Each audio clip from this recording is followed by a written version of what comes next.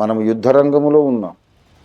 నీ మీదకొచ్చే భయకారకమైన తలంపులు దుష్టుడు ప్రయోగించే అగ్ని బాణాలు. అవి దుష్టుని బాణాలు. అందుకే నీకు అన్ని చెడు తలంపులు, ప్రమాదాలు వస్తాయని, భయం కలిగించే కళలు, ఇవన్నీ వాడు ప్రయోగిస్తున్నటువంటి బాణాలు.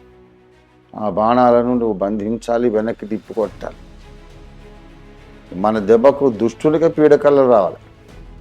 పీడకలలు వాడు మనకు పంపిస్తే వాడికే కలలు రావాలి.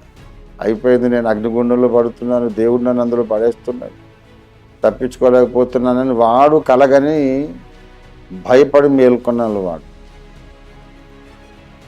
బ్యాక్ ఫైర్, మన మీదకి వచ్చినటువంటి అగ్ని బాణాలను బ్యాక్ ఫైర్ చేయాలి.